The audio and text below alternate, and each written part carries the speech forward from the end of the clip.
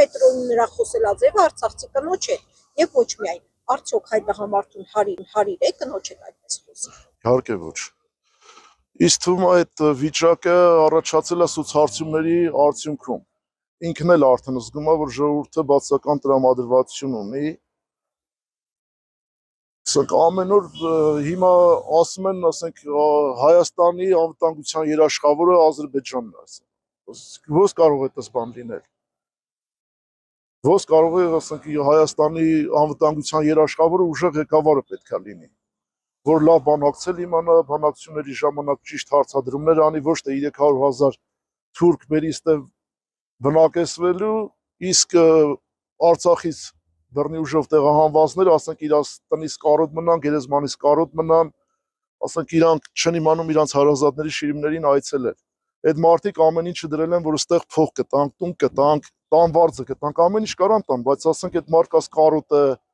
ամեն ինչ չեն կարա փոխհատուցեն։ Ամեն ինչ չի, որ փողով կարան փոխհատուցեն այդ մարդկանց, այդ մարդիկ լուրջ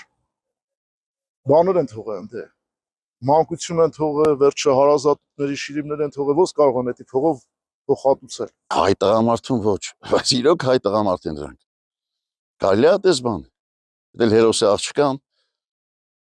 Եթե մի մարդ ամոթը կորցրած, ստախոս, աբուրը կորցրած, անաբուր սրիկայի մեկը, ուրիշ հայվաններ կտամ, ապսես դուք հակադար սերի անձեք, թե չեմ պիտի հայվանքներ կտայի։ Նա սրիկա է, ստախոս, խաբեբա, սրիկա, հիստերիկ, շիզոֆրենիկ, իհարիք կնշետուն կարիլ է այդպես խոսել։